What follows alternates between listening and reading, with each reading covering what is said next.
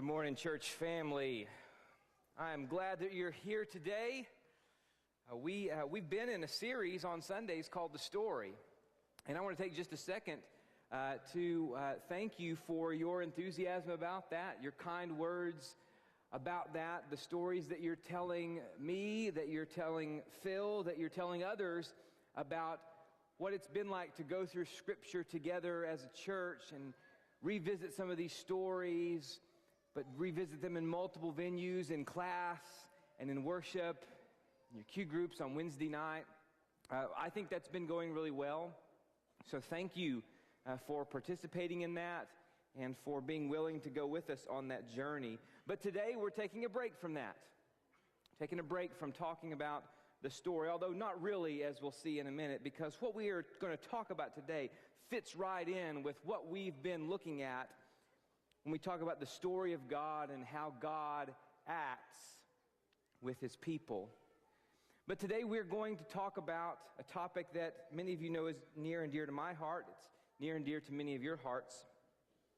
There has been sort of a movement afoot to designate this first Sunday in November as Orphan Sunday for people across the nation to have this conversation.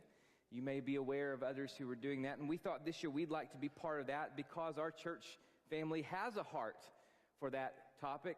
I know many of you do, and we'll look at that in a minute, the ways that you are participating in the great journey to care for the orphans, the fatherless, those who are in these vulnerable positions. So today we're going to talk about the very biblical call to care for orphans. My story is kind of interesting as it weaves into this. I'm not really supposed to be here right now, not just on this stage, but at this church working in this role that I am. I'm not supposed to be here. I had other plans that were going to work out, I thought. I want you to take a look at this photo from back in 2007. Look how rested Aubrey and I look in this photo. This is back in 2007 when I'm finishing up some grad school at OC and was going to go on to Texas to do some further graduate work. And because, I wanted to go be a part of a college faculty. Because, that's just the greener pastures. You get to sit in your office and read and ponder all day and then go out and teach these young minds. Now, I know my faculty friends are laughing at that because it's not like that. But you thought that at some point too. So you don't get to laugh at me too much. You thought at one time that there was, none of that red tape and committee meetings and all the other stuff that comes along with that. But I had plans, and they were set. We were going to do that. And so this picture is kind of at that point in our lives. But what you can't see in that picture are some sadnesses that came from a lost pregnancy and from multiple different treatments that were going to try to make that happen again, and had the difficulty and the heartache of what it felt like to not be able to have our own biological child. So you don't see that in the photo, but we were going to press forward. We'd figure something out. Right around the time I was finishing up graduate school at OC, I was on the phone with Bailey McBride. I bet a bunch of you in here have stories about how Bailey and Joyce and that family changed something drastic for you in a good way. So I'm on the phone with Bailey talking about something completely different. It's a mutual friend, a friend of mine, a former student of his who was having some real difficulties, and we were trying to compare notes as to how we could help this person. And he said, oh, by the way, there's this job that's going to come open soon at Memorial Road, and would you be interested? And I said, well, thanks. I really am flattered, Bailey. That's great, but I've got plans. Thank you very much. He said, well, why don't you just at least let him look at your name? And I said, well, since it's you, and how do you say no to Bailey? Because you respect him so much. And I said, okay, that's fine. So things began to shift. What's interesting, too, is right at, literally the Wednesday before I started here, Lilyfield, it wasn't called that then, but Lilyfield Christian Adoption and Foster Care was starting Wednesday night foster parent training. And so things began to kind of move and shift. But I wasn't sure if that's what I wanted to do. See, I was enamored with studying the Old Testament. I loved that. It was fascinating to me. Yes, some of you don't get that, and I understand why. Okay? Why on earth would you like that stuff? I know, it's strange sometimes. But I really wanted to go do that. See, I had great professors that taught me about some of these passages and how even in obscure books you could find the heart of God. Books like Leviticus. I want you to look at this passage in Leviticus chapter 19.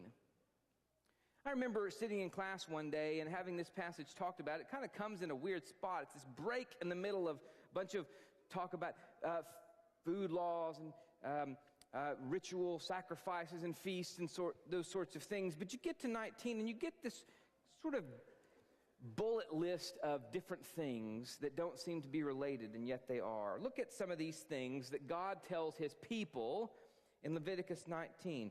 Don't go over your vineyard a second time or pick up the grapes that have fallen.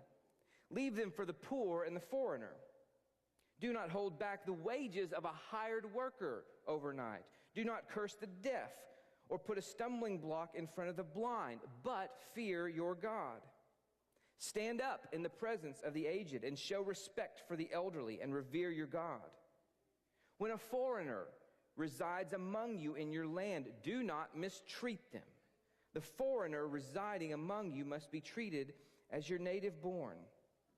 Do you notice some similarities about the kinds of people who are addressed in this passage? Look at these words that will show up on the screen. The poor, the foreigner, hired workers, deaf, blind, the aged, the elderly.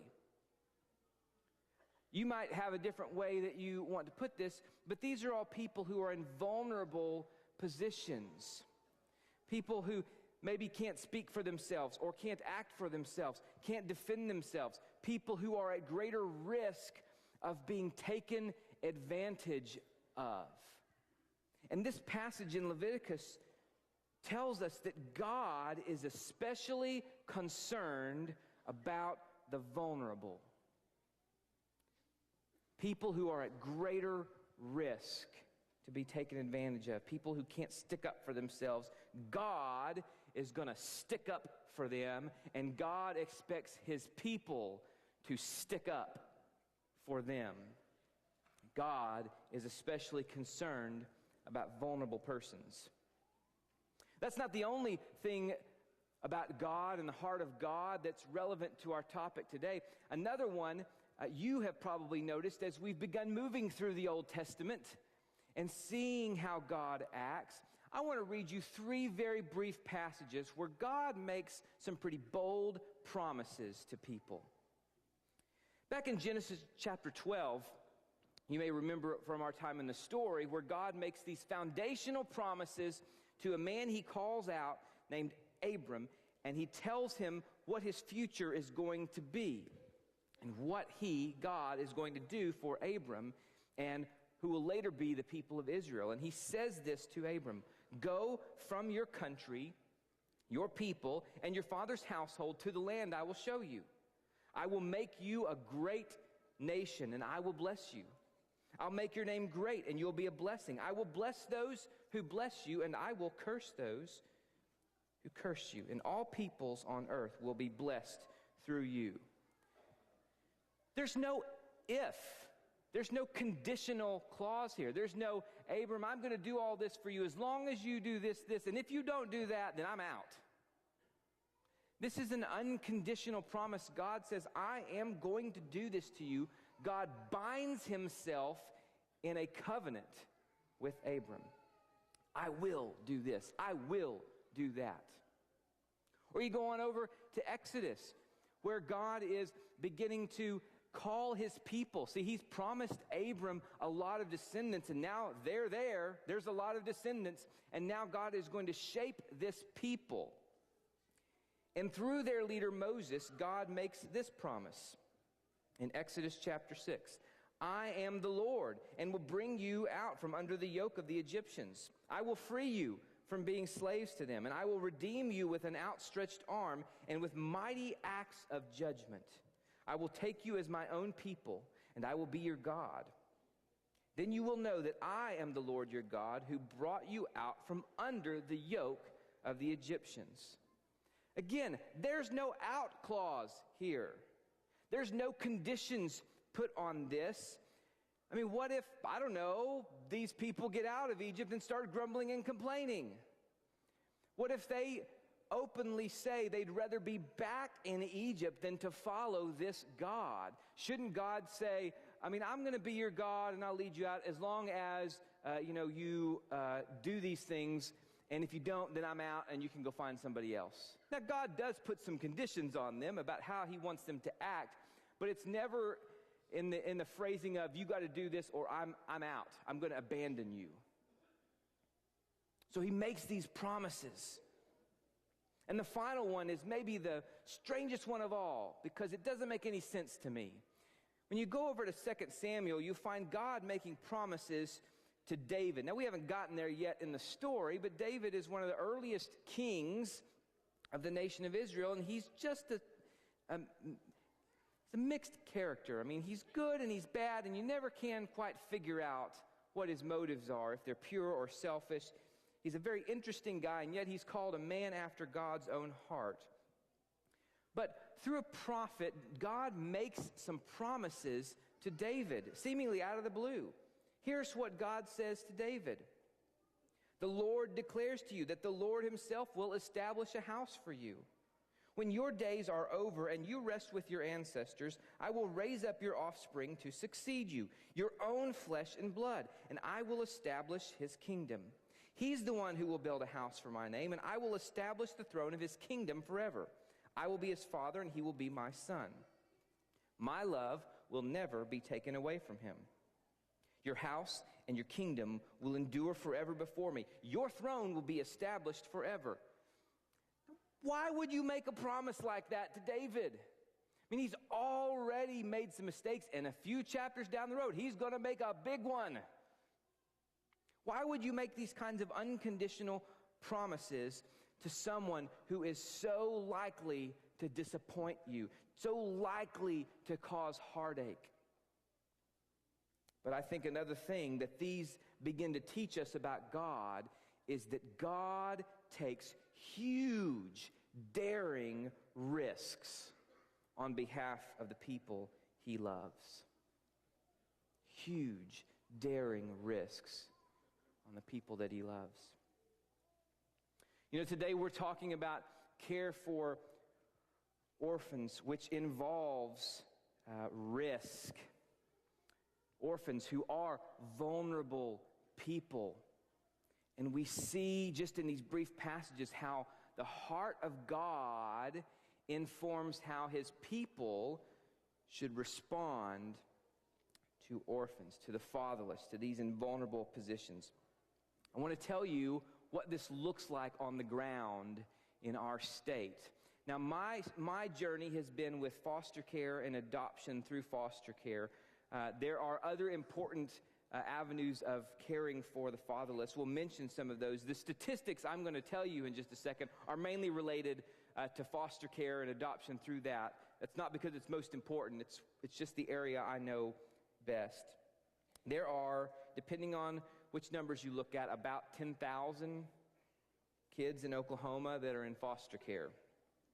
Over half of those children who are in foster care experience 4 or more different placements during their time. A lot of that happens even in their first year of being in foster care.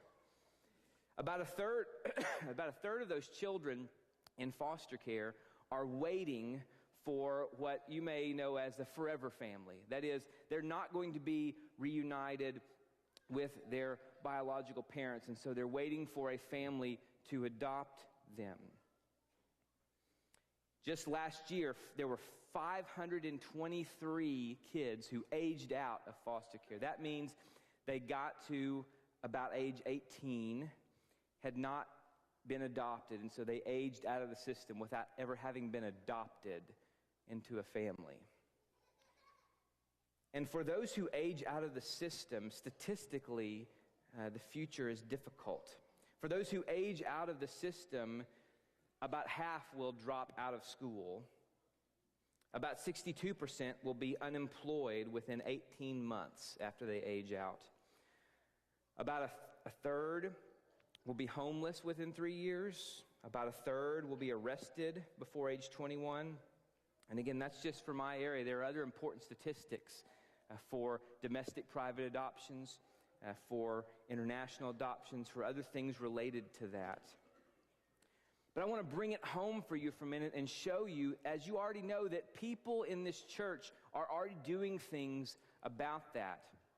I just want to run you through quickly some people in leadership and staff positions, not because that's most important, but because maybe that's most visible. So I want to tell you just briefly from our elders and staff who has been involved in this. These are the stories I was given permission to share. I'm sure there are more, but these are the ones I have. Travis and Laura Akins. Travis is our young adults minister. They have had foster children, including one currently. Ann Alexander Walcott, who's one of our administrative assistants, has had foster children. Ken and Pat Beckloff, who work with Mombasa Missions, have had foster children and indeed tried to adopt, but that did not work out. Ralph and Gladys Burcham. Ralph's one of our elders. They have kept teenagers from Maud Carpenter Children's Home after an OC student came to them and shared some specific concerns about children who needed to be in a home. Jenny Jones, who works in our care and counseling ministry, had foster siblings growing up. Marty Cargith, who's one of our administrative assistants, had foster siblings growing up. She let me know that even now she received a message from one of them after not hearing from them for a long time. David and Kathy Kratz. Kathy works in our prison ministry, and she told me that her youngest daughter came into her home as a foster child at 3 days old and was adopted at 21 months old. Joe and Lottie McCormack. Joe's one of our elders. Lottie grew up in Tipton Children's Home, ages 10 to 18. Brian and Shannon Plum. Brian's one of our youth ministers. They have an adopted son. Amy Scott, who works in our children's ministry. She and her brother were both adopted. Jack and Winona Skaggs. Jack's one of our elders. They had foster children at home while they still had two younger biological daughters in their home. Dan Waugh is one of our elders. His parents worked at Tipton Children's Home, and his brother is now the executive director there. And then Brian and Delise Williams. Delise is one of our administrative assistants. They have two adopted daughters. That's just part of our culture here. There's many more of you who serve on boards for organizations, who give to that. I want to ask, just briefly, for those of you who feel comfortable, if you, either as a child or an adult, if you had foster siblings or adopted siblings, or you were adopted, if as an adult, you, as a parent, you've had foster children in your home, or you have adopted. In other words, if your immediate family directly participated in this, and you feel comfortable letting us know, would you stand for just a minute? My goodness.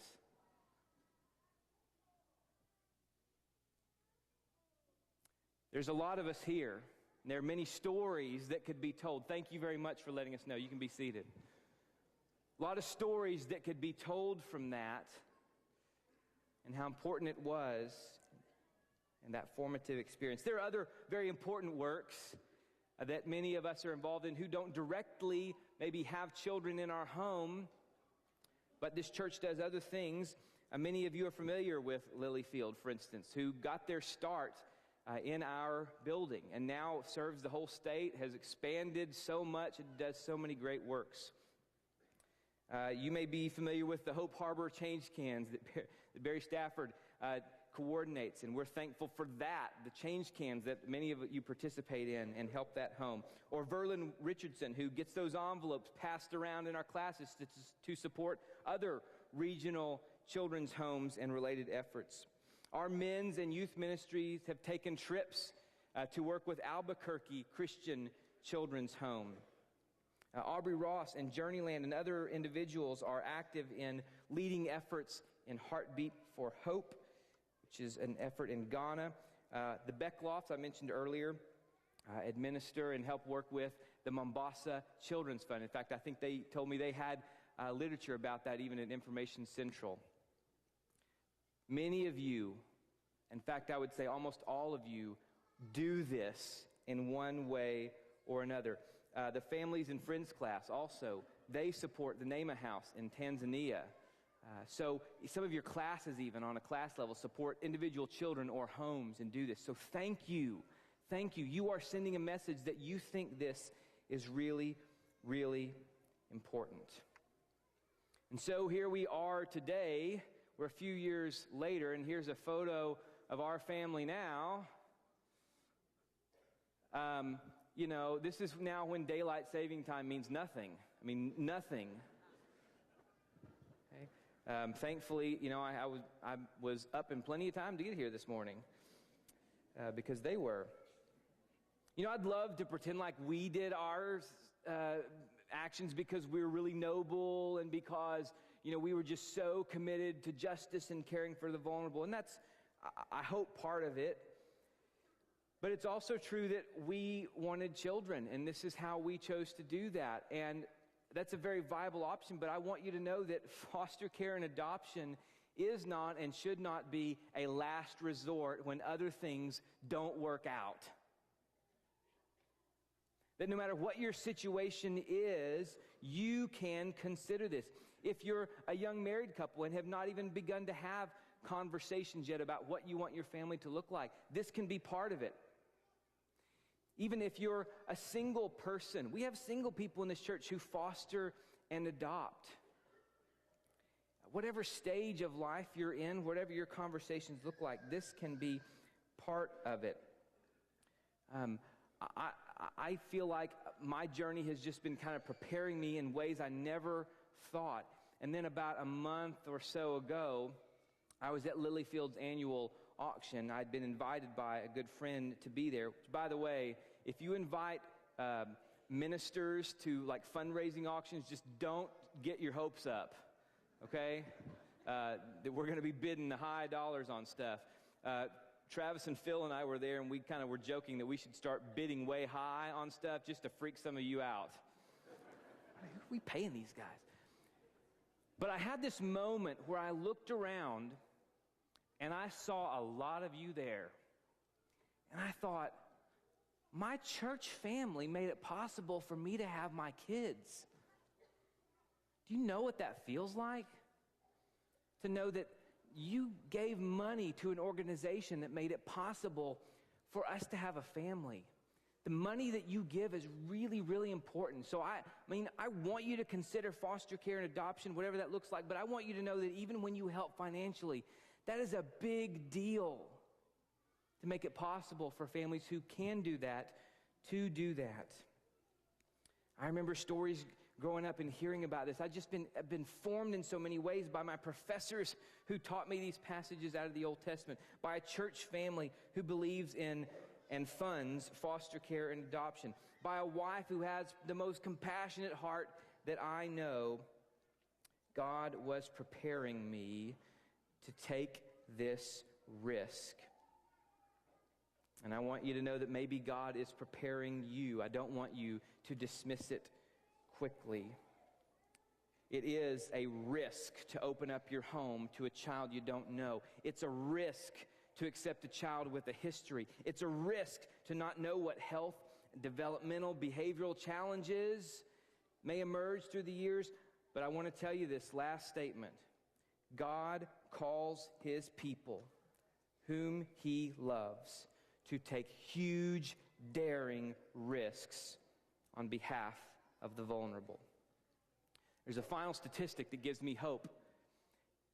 There's a statistic that says 1 in 5 American adults has seriously considered adoption. And I'm looking out over this room and doing the math in my head. And I know some of you have just always had those casual conversations. Well, maybe we should foster. Oh, wouldn't that be neat? Well, I don't know, maybe we could adopt.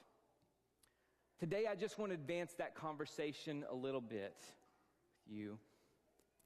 We're going to have, after services are over, before our combined class starts, we'll have some folks who are just hanging around down front. They'll have name tags on. These are people who have been active in different areas, in foster care and adoption through that, in domestic private adoptions, in international adoptions. Their area is even going to be listed on their tag. If you want to talk a little bit more We're not trying to get you to sign a commitment today. If you just want to talk with some of your friends that you already know, say, hey, can we meet up again maybe later and get some coffee, get some dinner, and talk about your experience? That's my goal for today, is just to advance that conversation beyond, oh, maybe we should do that someday. I'll leave you with this quote as you think about what this might look like for you. This is from a preacher named Bill Tilbert. And he said this: which has greater power? 10,000 people who fill the streets in front of clinics and shame women, or 10,000 people who take to the state capitol a petition they have signed stating that they will take any unwanted child of any age, any color, any physical condition so that they can love that child in the name of Jesus Christ? I know this is not for everyone right now, but you can help. Yes, some kids need some more focused attention in therapeutic places and might not be best served in a home. Yes, maybe you're in a situation where it's not going to work for you to have kids, but you can help fund efforts for people who are in a situation. There's folks down front after service is over who just want to talk to you and see what questions you might have.